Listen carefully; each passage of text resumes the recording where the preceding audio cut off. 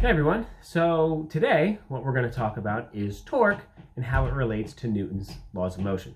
So let me quickly recap what Newton's laws of motion are.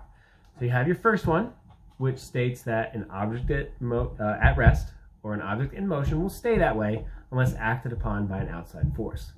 You have your second one, which states that the force is equal to mass times acceleration. And you have your third one, which states that for any force, there is an equal in magnitude, opposite in direction, reaction force. Okay? Now what we're going to do though is take those laws and apply them to torque. Okay? More specifically, we're really going to be looking at that second law. The first and the third act the same whether you're talking about linear forces or rotational forces, but there are some key differences when dealing with rotational forces, those torques. Okay? So let's just start from there. Right? Whereas linear forces, we say F equals ma. For torques, we're going to say that your net torque equals this value I, which we're going to call rotational inertia, times alpha, which is your angular acceleration.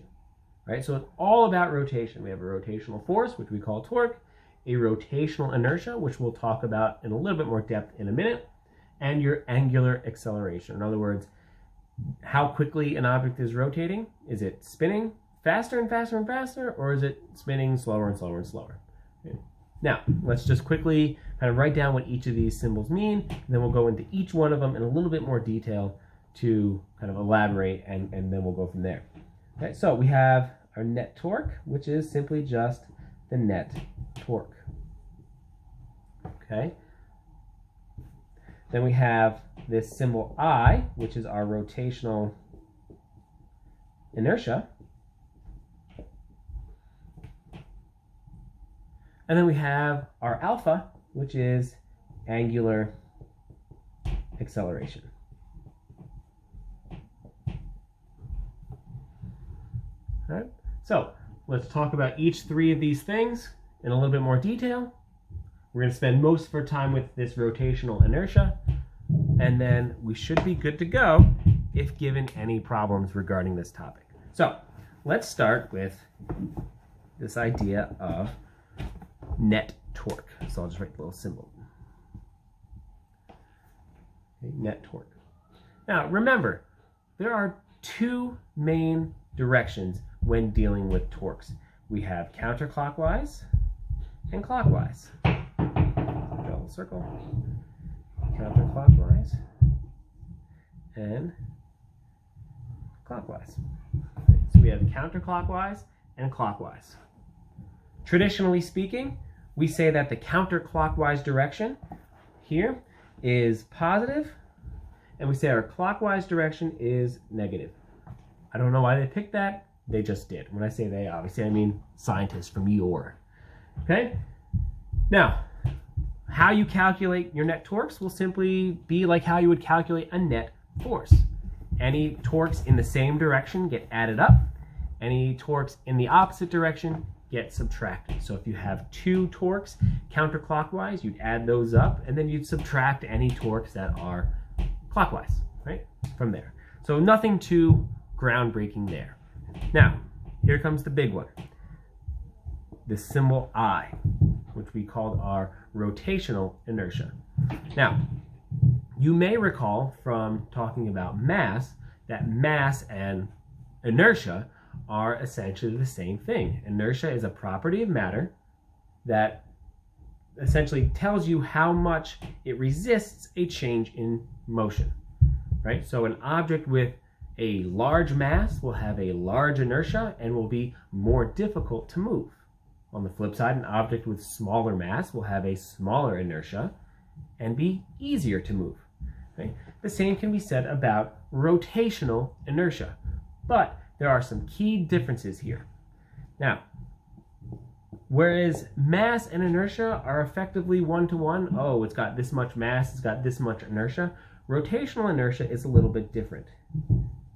A very generic equation for rotational inertia is the mass times the radius squared. Now, that is not true for every object. Each object, depending on how it's shaped, how dense it is, so on and so forth, will have a different equation for its rotational inertia. Those equations come from a lot of calculus. We're not going to go into it. All you need to know is that this is kind of your general idea. So let's explore just this real quick. Okay? What this equation basically says is that you can have two objects, or more obviously, that have the same mass, but they may have different rotational inertias. Let me show you an example. I have a paint stick here with some magnets. I'm not sure how well that kind of comes out in the video, but some magnets taped to the side. Okay? I have an identical paint stirrer stick with identical magnets taped to the top. Okay? I'm going to rotate both of these objects from the bottom, like the different lows kind of signs here. Okay?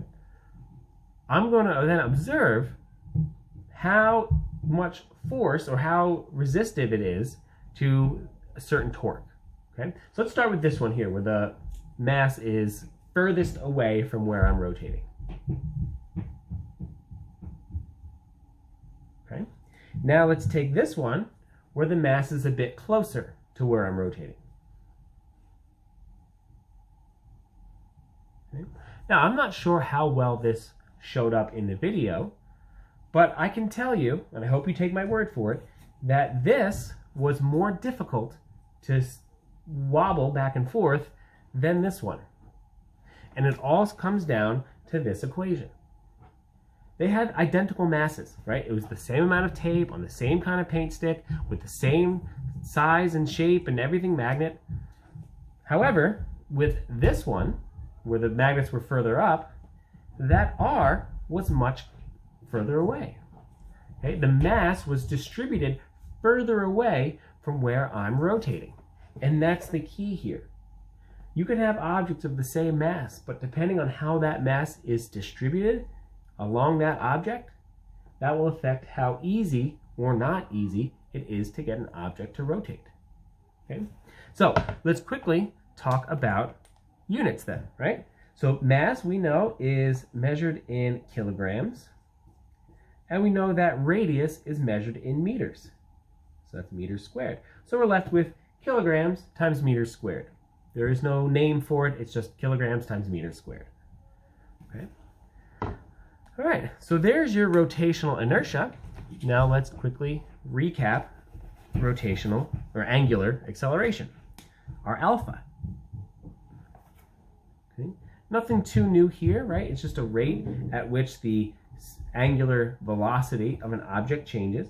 Okay? Much like with torques, since they're both the vector categories, if the object is moving counterclockwise versus clockwise, right? We say counterclockwise is positive and clockwise is negative. Okay? So nothing new there. Now, how might you approach a problem like this? Well, it depends on how the question is asked. They could give you your rotational inertia and a torque and ask you to find angular acceleration. It can give you a graph that maybe has angular velocity with respect to time.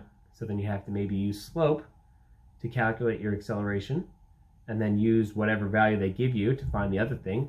So if they gave you torque, you could use that to find your angular or your rotational inertia, so on and so forth. Specific examples of these type of problems will be in a different video, so keep an eye out for that one. All right, so for now, see you later.